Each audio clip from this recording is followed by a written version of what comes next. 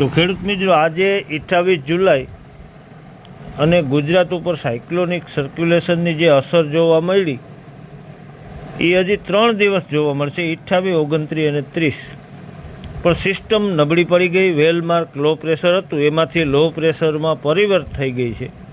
અને આજ જોઈએ તો બનાસકાંઠા, સાબરકાંઠા, પાટણ, અરવલ્લી, મહીસાગર, ગાંધીનગર, પંચમહાલ, ખેડા, દાહોદ, છોટાઉદેપુર અને કચ્છના વિસ્તારોમાં પડી શકે વરસાદ, જે પૂર્વ ભાગોમાં થઈ શકે. કાલ અમદાવાદે 10 ઇંચ વરસાદ પડી ગયો અને ટ્રોફ જે સિસ્ટમનો ટ્રોફ છે તે લંબાઈ અને અમદાવાદ સુધી આવ્યો, ત્યાંથી આગળ આવતો નથી. તો પશ્ચિમ કચ્છ અને પશ્ચિમ સૌરાષ્ટ્ર એ રહી જાય છે બાકાત. અને હજી 3 દિવસ ખેડૂત મિત્રો રાહ જોવાની છે. રેડા ઝાપટા સ્વરૂપે આવી શકે વરસાદ અને પેટર્ન જે ચેન્જ થઈ એ જવા